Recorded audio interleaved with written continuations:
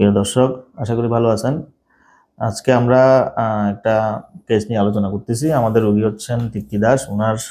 উনি এসেছেন মূলত আমাদের কাছে বেশ কিছু সমস্যা নিয়ে।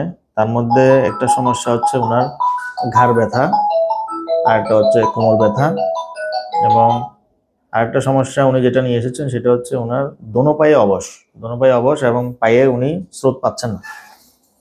তো আমরা শারীরিকভাবে পরীক্ষা নিরীক্ষা করে দেখলাম ওনার নেকে মানে ঘাড়ে ওনার মাসেলগুলো অনেক স্পাজম আছে, মাসেলগুলো টট হয়ে আছে।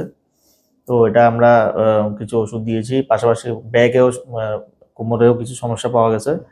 এবং সবচেয়ে ইম্পর্টেন্ট সমস্যা যেটা হচ্ছে ওনার পেরিফেরাল নিউরোপ্যাথি পেয়ে, মানে এক্সামিনেশনে আমরা মোটামুটি পেরিফেরাল নিউরোপ্যাথিটা কনফার্ম করতে পারছি যে ওনার কিন্তু হাত পা চারটার মধ্যে পায়ের মধ্যে বেশি একদম অবশ, এবং সেন্সরি স্টিমুলাসগুলো যে আমরা যেগুলো যে ধরলে বোঝা বা পিঞ্চ দিলে বুঝতে পারে এগুলো একেবারে কমে গিয়েছে।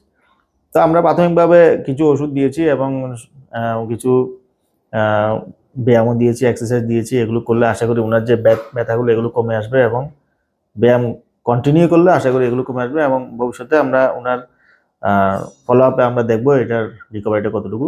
ধন্যবাদ।